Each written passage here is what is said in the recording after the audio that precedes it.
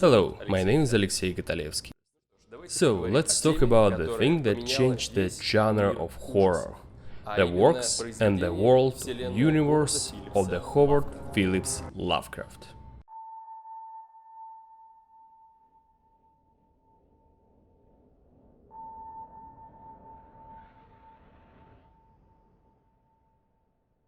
You just have to remember, put everything in order, so it's become clear.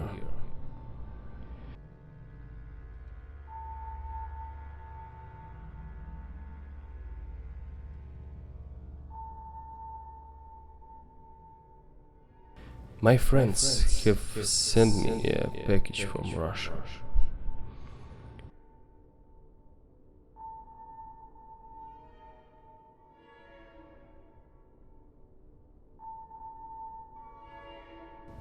The only one copy they were able to find.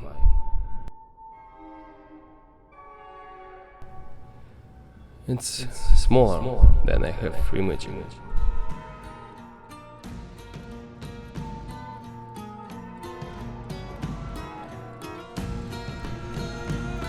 But it's enough to get the things moving.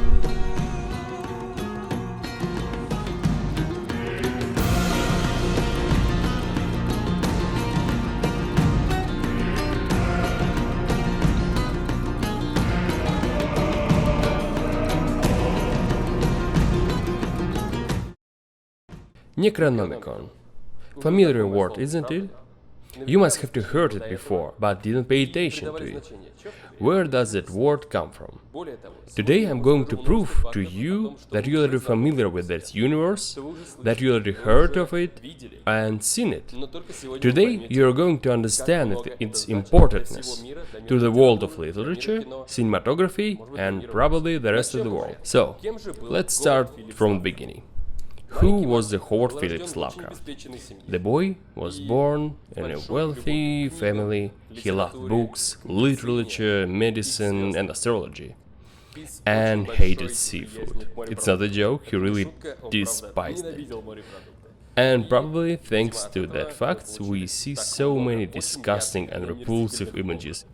As many artists, he drew his inspiration from everything that's around him. From his own feelings, from things he saw in his life, from things he loved and hated. He was a big fan of Eastern mythology, and even wanted to convert to Islam, but sadly he didn't manage to do it.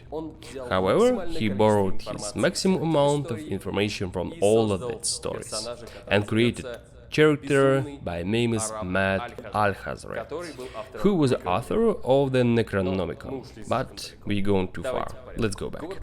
Howard Phillips Lovecraft stories were so deep and elaborated, so some people still believe that he didn't come up with the Necronomicon, but found it, read it and tell us about it. And maybe it's actually true.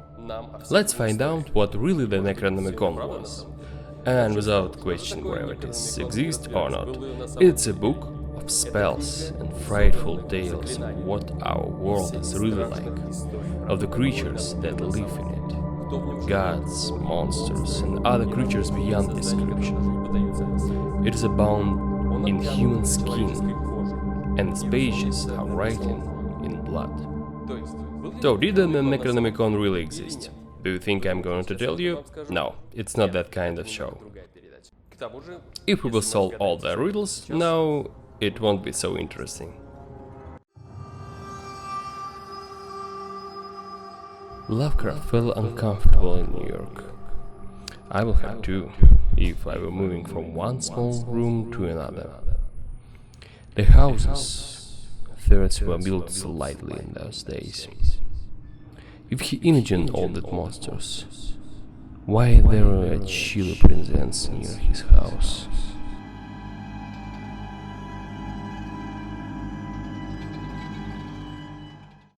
Providence is a place where horror was born, or just a town in a Rhode Island, where Howard Phillips Lovecraft was born. Howard spent his early life in Providence. His father went mad due to unknown reason, and was placed into the mental hospital where he died. Howard's grandfather becomes the breadwinner and was happy about it. That was a house where Lovecraft became acquainted with his grandfather's huge library. Sadly, the house has been demolished. His grandfather died when he was 14, and Howard and his mother lost their only source of financial support. They had to move from their mansion to cheaper apartment. 598 Angel Street. The house is still standing and anyone can visit it. Since then and until his death, the great writer could not stabilize his financial situation. He loved his city, and that's why all his stories take place in New England, Rhode Island, Boston, Providence, and some other familiar cities nearby. Does the name Arkham mean anything to you? For some time, Lovecraft lived in New York, because it's not far from Providence, and he had to move once in a while. But he didn't like the big city, so as an author he grew up in Providence and wrote most of his stories there, on Angel Street. In his first house, Lovecraft had an enormous library. As a child, he wandered between the shelves, took any book he liked, read everything, trying to learn more about that world and beyond. He also loved stars. He even wanted to become an astronomer and dedicate most of his time to visiting the huge observatory in Providence. We will see it later today. His family is starting having problems. Problems with money, his relatives dying or going mad. It's not a very funny story. He stored all these horrors within himself and then put them on a paper. It's terrible things to say, but maybe it was a price for the art. Have you ever heard of such a cool guy like Alan Moore? If not, let me give you a little hint. Do you know such works as Watchmen, or V for Vendetta, or maybe Killing Joke? Yes. If you do that, you know who Alan Moore is. What if I told you that he is the author of the huge comic book named Providence? It's a wonderful book, full of references to Lovecraft universe. It doesn't refer to any particular work, but when you read it, you slowly start to recognize familiar details. Oh yes, it's R-rated. So you can see a lot of blood, brains, and some naked parts of the human or monsters.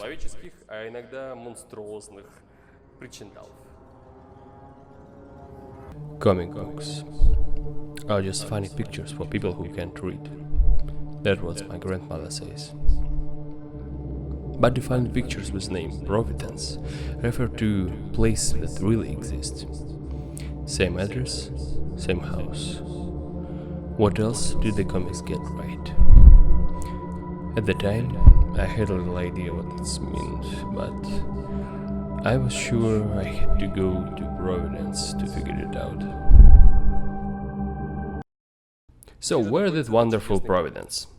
About 3 hours from the Central Station in Manhattan, Rhode Island, about $60 and you will be there.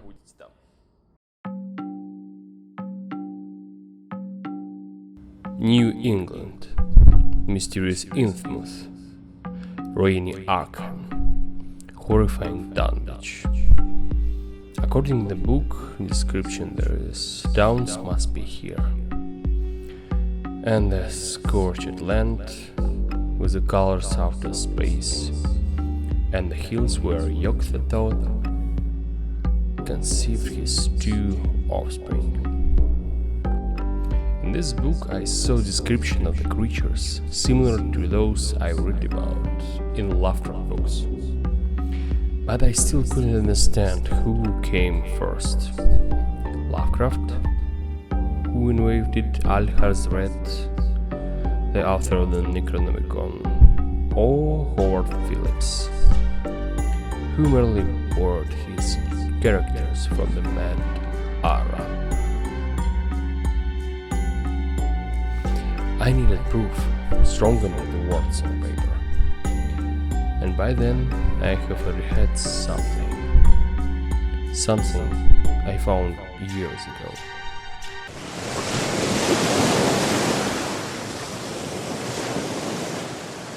That was a long walk along the Pacific Ocean beach. I asked the locals to try to find the traces of the ancient Aztec tribes.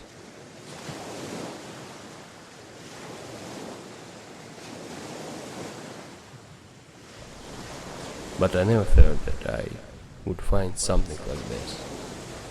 Something much more ancient.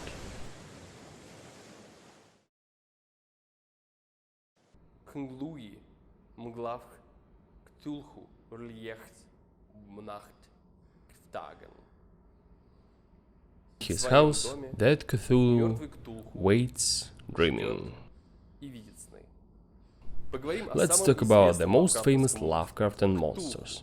Cthulhu. We already heard about him. Don't even pretend that you haven't.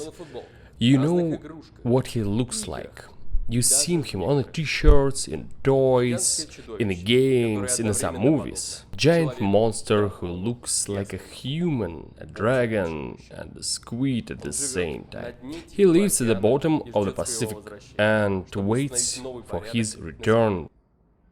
But till then he can only sleep and send dreams to the heads of impressionable people. And logically, you can read about him in one of the most famous Lovecraft works, Call of Cthulhu. Nowadays, Cthulhu is described in many different ways. Some of them are even really cute. But sadly, most people don't have a clue where he comes from.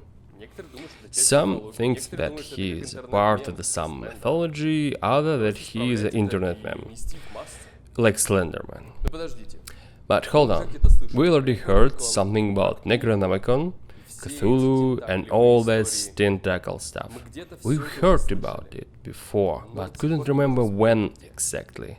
And what less familiar symbol?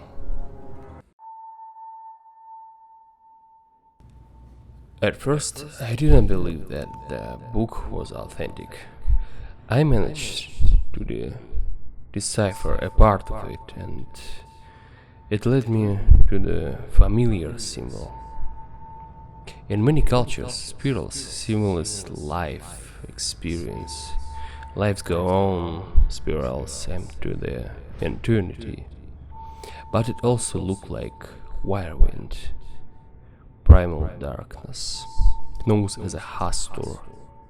He also have an earthy image to communicate with the humans. And it's called the King in Yellow.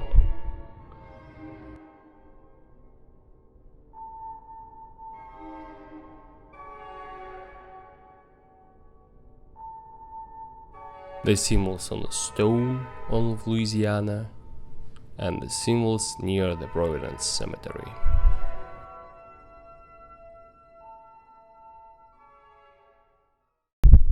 You don't realize how many references you miss when you watch movies, read books, see different stories. A perfect example is a True Detective. You didn't know that the Vision Matthew McConaughey character was Hastur, the King in Yellow. Did you? Sounds familiar. Yes. Guillermo del Toro, is incredibly bright man. A man with impossible imagination. He creates so many monsters, so many gears and the mechanism that works together and shows incredible stories. Scary tales and comics that came alive. For example, Hellboy. You can even imagine how many references to the Lovecraft works and hidden in the Guillermo del Toro stories. He always does what he thinks is right and creates things that are fucking amazing. And now we have a proof. At last, The Shape of the Water was recognized and got him an Oscar and the best movie in 2017. Back to the references. Remember Hellboy? You just have to remember old Druk Jahat gods, who crawl thoughts reality trying to conquer the world. It must be an Azathoth or Yog-Sothoth or some other horrible gods invented by Lovecraft. Or you can recall the thing Rasputin carried inside him. Remember the classic of the childhood, The Evil Dead, or new edition Evil Dead Black Book. People treat them differently, but the idea is the same. Necronomicon, the Book of Dead, able to summon something horrifying. There are no direct references to Lovecraft, but you understand what is it. What crosses your mind when you describe Cthulhu? A man with an octopus-like face and tentacles growing on it. You already know what I mean. Pirates of the Caribbean.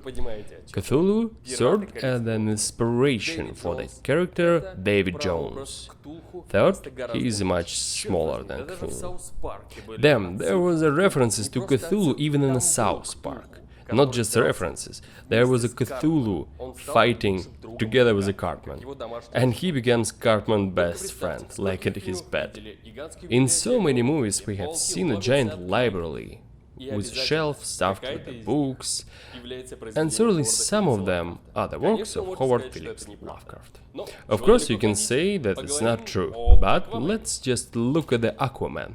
Even at the very beginning of the movie, we can see a huge references for the work Howard Phillips Lovecraft. You remember that moment when Aquaman mother meets Aquaman father? And just before the shot change, we see a ball with a lighthouse in it.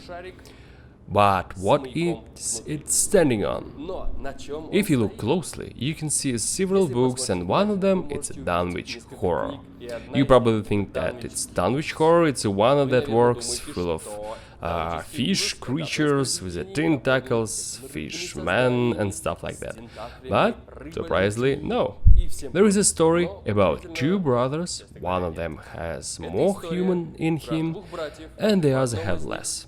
They are trying to coexist to achieve a greater goal. Sounds familiar, doesn't it?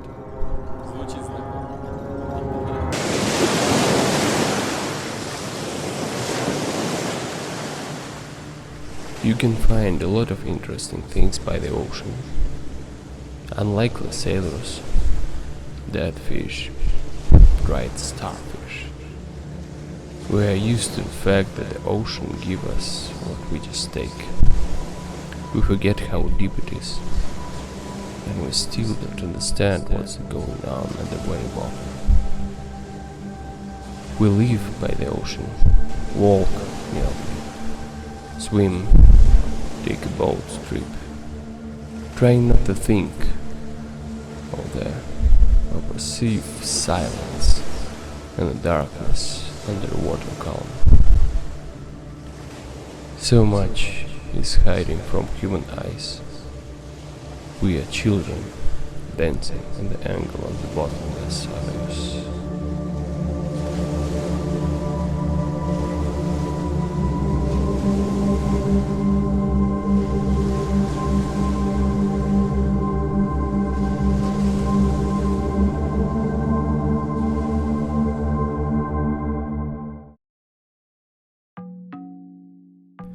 It is time to compare reality with fiction. The works of Lovecraft are full of addresses and description of the different areas. I should check them out. So I went looking. 7 Thomas Street. It was described in the novel Call of Cthulhu. The illustrations prove that the house has not changed since then.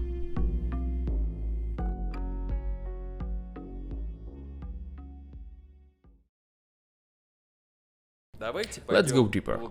Why it's all so scary? Now I will take the place of the skeptical viewer for a while and start asking questions.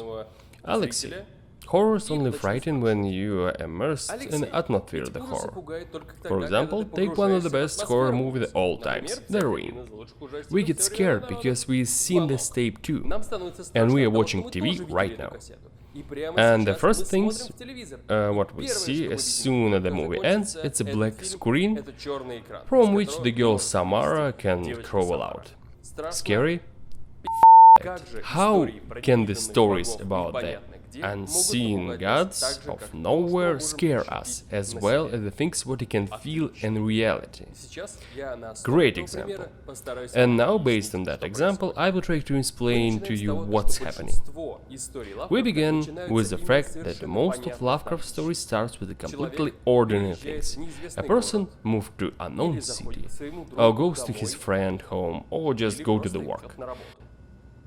Perhaps you can say that in 100 years of perception of these books has completely deprecated, because we all have a phone in our pocket. We can just Google where we are and call Uber. Deprecation. Let's consider this based on of my favorite book, Shadow over Innsmouth. Innsmouth is a city whose residents struck a terrible deal with the god Dagon. The children of Dagon and humans are born human, but over time they turned into the ugly monsters of the deep. They look like fish. Imagine that you are in their place right now, and it's getting dark. No phone connections, no buses till morning. Nowhere to hide, because you are the only one human in the town, and your smell gives you away. Dark figures look at you behind every corner, with empty, bilging fish eyes, and tentacles wriggle under their hoods. You are horrified by the idea that it was a human face before. Just imagine what that mad cult can do with you. That people who sold their own children to the underwater monster.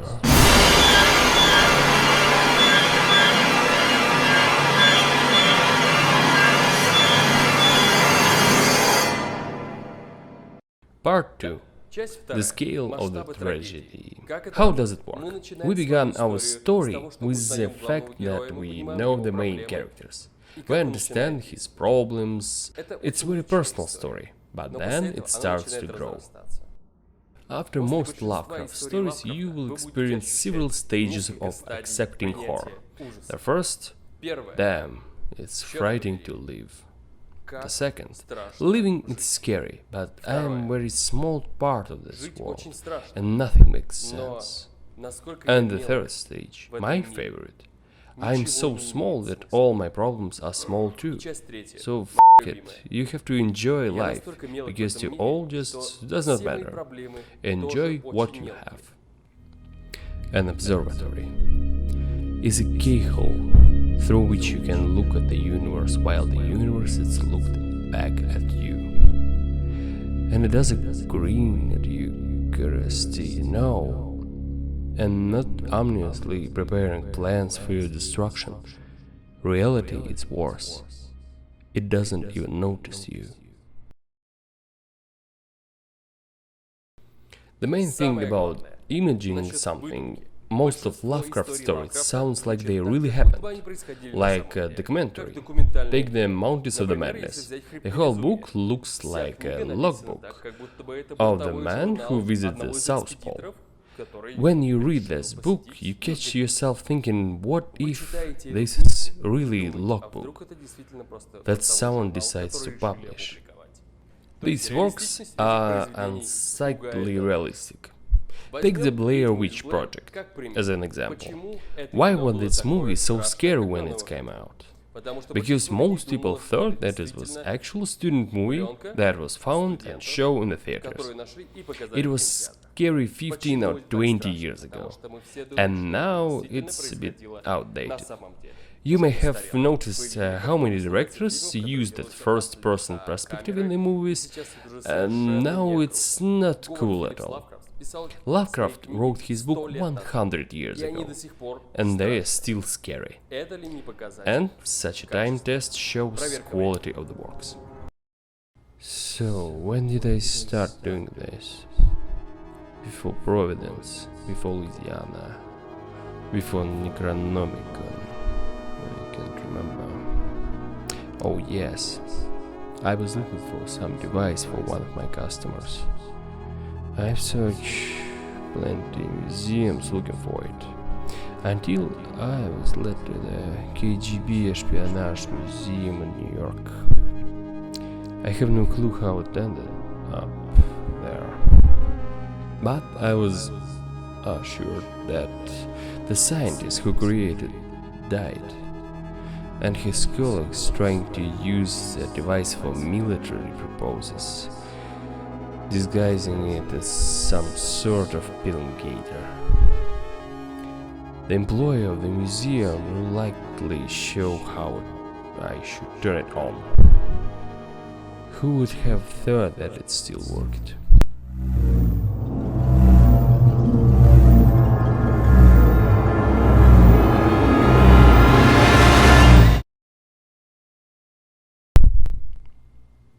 I woke up in a hospital.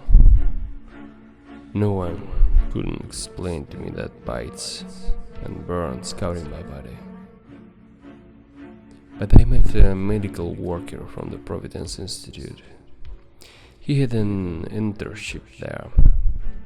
He was very interested in my medical history.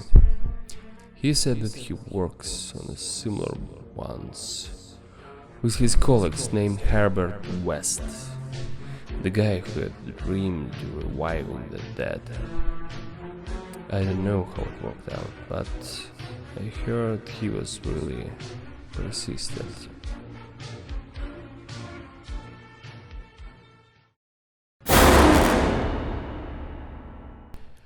And finally, the most important and the most obvious, the fear of unknown. We have heard that phrase that people are afraid of what they don't understand. Yeah, so that's how it works. You are sitting in a boat in the middle of the ocean. You look overboard and see a huge shape of the monster with the tentacles, claws, a giant eye. You didn't even understand if you see the whole of it or not. How big is it? Where the end of that shape? Somewhere underwater, in the darkness. How the violet buzzsaw works. You sit in a boat and you can see tentacles. You think maybe you have a giant monster under your boat, and then you realize, no, actually, that's all what you have. Lovecraft plays with that concept brilliantly, because he invented a whole universe that works according to his laws and regulations. We are eager to look at this through the pages of the books, and we believe it works because it's thought out entirely.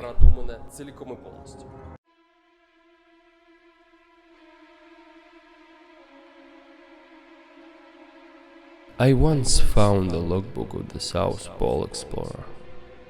Thought it was more diary. The mundane lives were interrupted by a sudden discovery. The people have found something, an imitator species, something ancient, older than the history itself, evil and ruthless. It was able to copy a living being.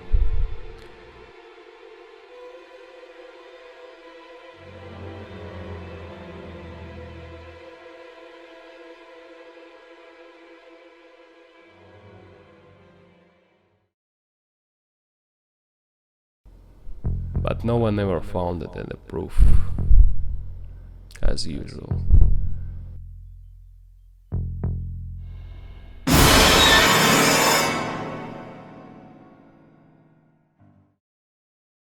So, let's talk about the problems.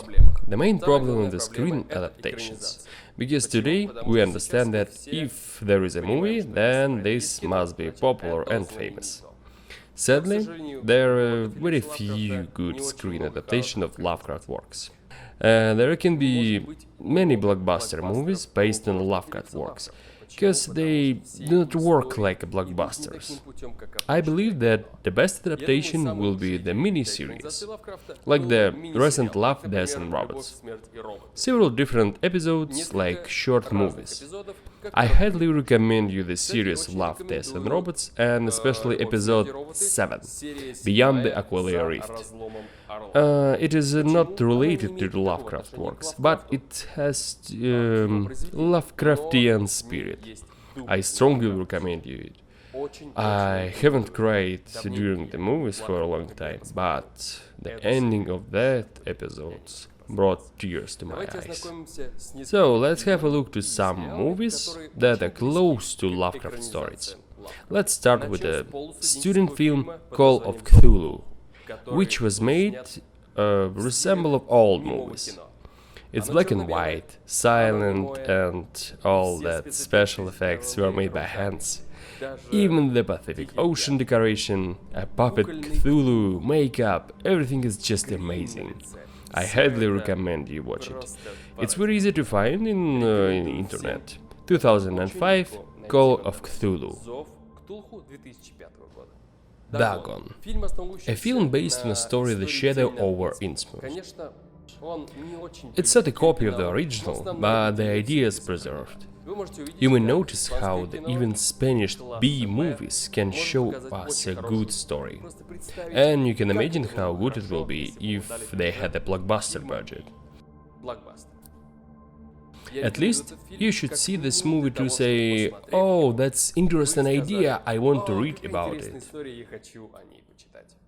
Reanimator was as close to the original as possible. Jeffrey Combs plays an eccentric scientist who is observed with the idea of creating something beautiful. But instead, he creates a complete horror. Oh, how I can understand him. You can also see Jeffrey Combs in a From Beyond. This film also again like a B-movie, but it's almost completely based on a Lovecraft story. Sometimes even to go back to the time or non-digital visual effects, when everything was handcrafted by artists, the dolls, the mechanical monsters, animatronic dolls, it was pretty good. The creators really put heart into it. And now it's time to talk about the best film based on Lovecraft stories. When we talk about makeup or animatronic monsters, the first things that come to our mind is The Thing by John Carpenter. Perhaps it's not entirely correct to call this movie of 1982 an adaptation of Lovecraft, because it's a remake of movie The Thing 1951, adaptation of book Who Goes There by John Campbell. But even the movie's synopsis is very close to the book, Mountains of Madness. In fact, Carpenter has always been a big fan of Lovecraft, and his movie was inspired by his stories. It's the best mixture of horror, science fiction, and psychological thriller. These three genres create a perfect one-of-the-kind symbiosis. But don't mistake it with a movie of 2011 prequel. That's movie shit. Then we have the movie The Resurrected, 1991. An undeservedly forgotten movie, no one knows about that. And it's the most accurate adaptation of the book The Case of Charles Dexter Ward. Again, not an adaptation of Lovecraft, but this is absolutely a film inspired by his stories. Perhaps the best on my list. The Lighthouse, 2019, peerless visualization of madness, loneliness, searching for oneself among the waves of your mind. great cast. Many awards and 10 minutes standing ovation after the premiere on the Cannes Festival. This is a great movie. I recommend it to everyone. Watch it in the cold weather with a canned fish and the white whiskey. I could have told you about some episodes of Operation TV shows, budget adaptations and other failed ideas, but I won't waste your time. Still, we continue to hope for the best. I hope you have watched The Magnificent Mandy with Nicolas Cage. Recently I learned that its creators will adapt their color out of space. Yes, the thing I told you could never adapt for the big screen. But if someone managed to do it, it's these guys. Because Mandy was a riot of the color and emotions. If you haven't seen it, you should. But how would their adaptation of Lovecraft looks like? I have no idea. But I believe in them and I hope for the best, because Mandy was f***ing awesome.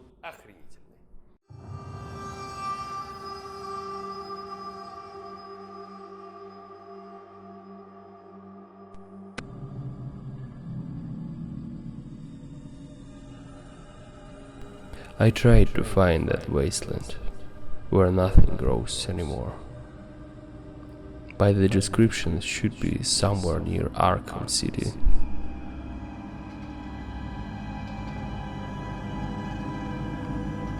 The scary story about the meteor that fell on the bell near a farm. The flowers that start to grow. The poor people and the animals who were melted by the color outer space. And the thing that broke free.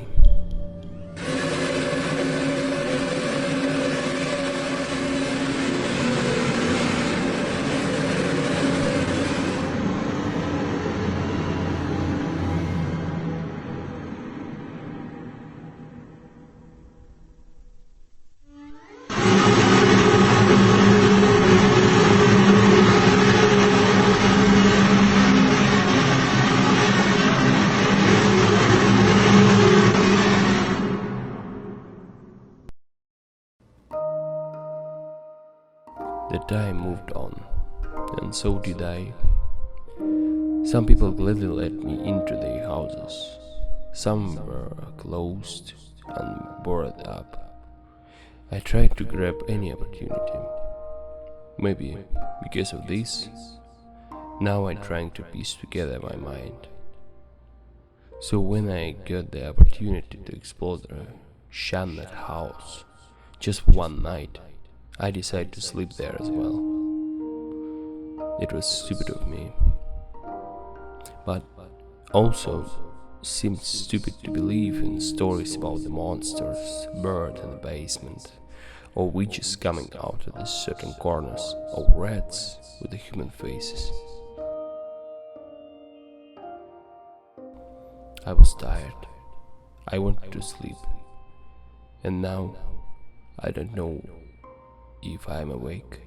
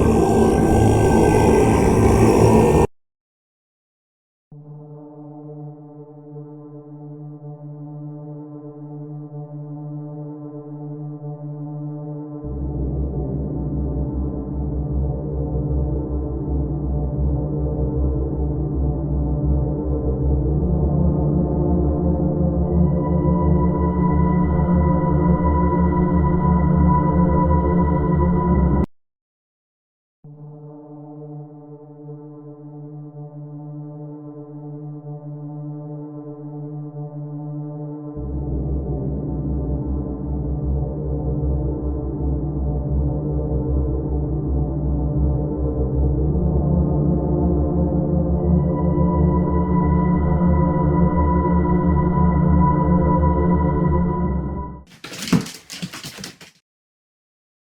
night seems to last as long as the week. But the sunlight assured me that it was just a dream and everything was alright. Our mind protects us from insanity.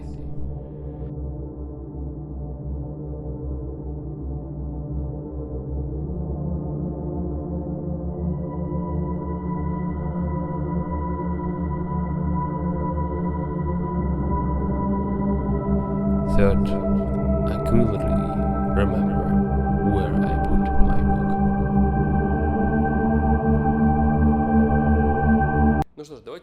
So, how bad is it? I got my first negative impression when I was taking photos of one of his houses in New York and met the owner of that house, who lived there for more than 50 years. I told him why I took photos of his house and he was very surprised. I drove to Providence, full of the inspiration and expectations, but I was disappointed. A small memorial tablet with a Lovecraft square name hanging on the lamppost, looking like some kind of street art, which can be removed just because it hangs too high. And the square is just an intersection. There are several bookshops on Angel Street, not so far from the house where Lovecraft was born and lived most of his life. I couldn't find any mention of him there. No memorial tablets or monuments. Maybe I just didn't notice his bronze bust of the Arthur, along with his best works hiding behind the poster of another teenage anti-utopia bestseller where kids running into labyrinths in the burning grasses. And there is no museum, no honorary bench with his signature, or even a flower bed on the site of house where Говард Phillips Lovecraft was born. In that place, there is a Starbucks. No, it is not a tragic movie. A small ray of the lights shining bright in the pitch darkness. And during my trip I understood that art would make its way. After my conversation with the owner of the house in New York where Lovecraft Apartments once was, I told him about it. The man was shocked by the history of his own house, because he also heard something about Cthulhu and the mysterious city Innsmouth. After meeting me, the happy man rushed home to Google the information and share it with his children and friends, as he had a new reason to be proud. In Providence, in a tiny shop dedicated to the author, I met a shopkeeper who told me how every year he and his friends, together with Lovecraft fans, seek to installate the monument and the heart of the city. By the way, I have already seen this unstyled monument, and I can say that it's very cool. Every 2 years in the Providence there is a Necronomicon festival, where people are trying to make the author more popular and expand the cult. On that cursed, shunned house, I met the owner, who was sipping coffee and checking his mail. It may surprise you, but I was pleased by his negative reaction. Upon hearing about the purpose of my visit, he collected his things and went inside the house to let me take my pictures. Before leaving, he mumbling something like, "Oh God, again? When it will end?" Never, I just will bring you more visitors. And the most pleasant things happened when I was taking a picture on the house where Lovecraft lived after moving out of his home. The owner approached me and invited me in. But let the things that he showed me inside remain a secret. I walked through Providence, and the spirit of the city walked through me. Lovecraft bursts in the main library, the memorial tablet in the intersection with his favorite Angel Street. The house he was born, it's gone. And then another one when he was raised is still standing. Ordinary, conventional, unnoticed. Lovecraft's store in the center of the city. For guests of the city and fans of the Lovecrafts, there is just the souvenirs remind you of fictional stories and legends. Safe, harmless.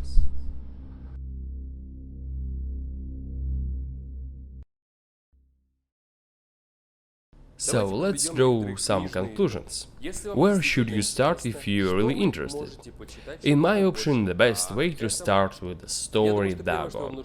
It's very short, but immediately surrounds you with the atmosphere of Lovecraft's world. It's breathtaking when you read about rotting fish lying in the scorching sun on a piece of the seabed, then he was rising from the deeps of the ocean. When you read about the main character who passed through all the tests and the things he meets during his journey, it won't leave you indifferent. Shadow over Innsmouth, Call of the Cthulhu, The Mountains of the Madness. I already told you so much about them, so I recommend you reading without knowledge most of information. Dunwich Horror. Honestly, I don't know how to tell you about it without any spoilers. The events that took place in Dunwich are so strange, incredible, and primal that you won't be able to pass by small towns without feeling uneasy. Innsmouth. The shadow above is hiding the horrible rituals of the Dagon's cult. He was here 100 years ago. There were the tales of the war actions in newspapers, and after that you couldn't find a trace of that cult. People summoned Dagon and slowly transformed into the deep ones, slowly losing their human form every day. After that, they went into the ocean. If it's not true, then why that place looks like an altar leading to the ocean? Of course, the books I mentioned are my favorite, but the world of the Lovecraft is much deeper. All these works take place in the same universe, as a franchise with a bunch of the spin-offs. But there is some that are not connected to the Necronomicon, myth of the Cthulhu, and others. But those short stories don't get any worse because of it. So now I will tell you about some good short stories that are not connected to the mythology of the Lovecraft. The Outsider, From Beyond, Stone Man. Stone Man looks like a detective story, because we trying to figure out everything, all that mystery together with the main character, not even knowing how it will ends.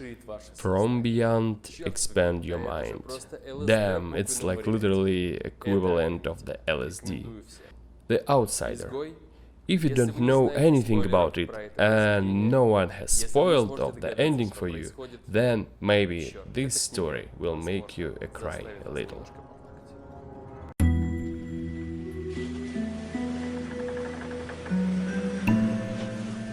The story took place among the mountains and the hills. There were rocks everywhere, and it was freezing cold. But I went forward.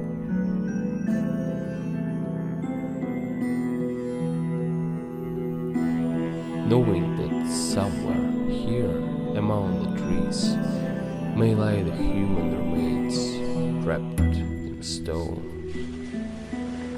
If I found them, it would be a solid proof.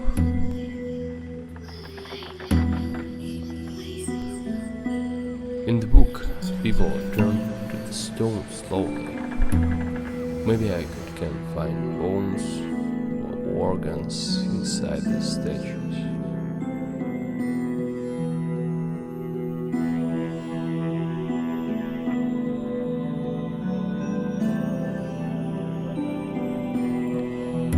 Yeah, finding the stone man would be great. But after 80 years, there is nothing left. If there even was something.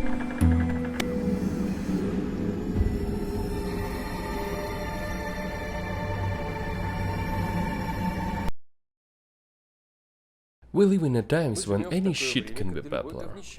People think that nothing can be done about it. But to be honest, the solution is very simple.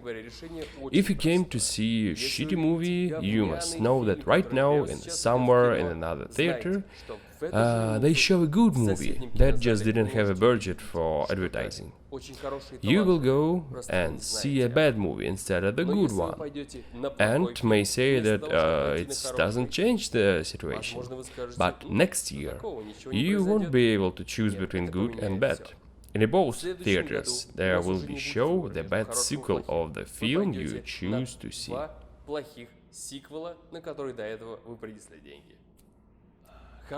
Good, smart and talented things should become popular. I understand that it's very difficult, even impossible, but we can't give up. Howard Phillips Lovecraft is the man who changed the genre of horror. Unfortunately, he is not popular, and we have to fix it. Let's read a good books and watch a good movies, and then share your thoughts with your friends. Tell your mother, tell your colleagues. Maybe next time, choosing a book, they will read a story by Lovecraft instead of some popular trash. Maybe before watching some stupid comedy, they will think and consider The Shape of the Water, Pan's Labyrinth, or something that is not yet filmed. We may fix it together. Может быть, мы все вместе это исправим.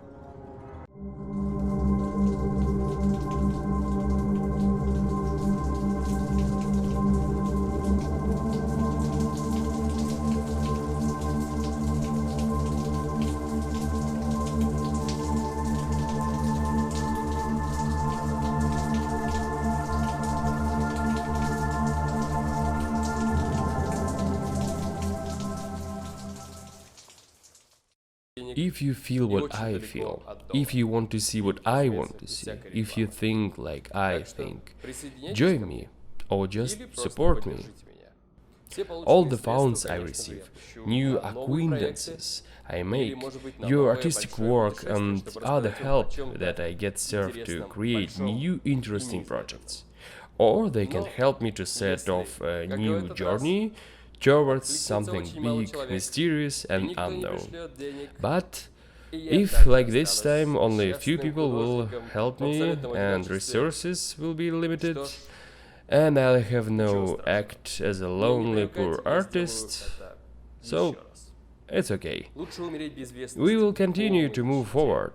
It's better to die unknown and poor than get money for something that ruins arts and culture. Maybe it's just my opinion. Or maybe not. Thank you very much. My name is Alexey Katalevsky. See you next time. Меня зовут Алексей Каталевский. До встречи. Where am I?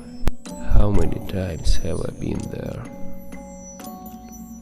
Am I awake or not? I can hear him. The great Cthulhu calls for me. He sends the vision to my dreams. So I must be asleep, or it's all real and I have gone mad. The one thing I'm sure about,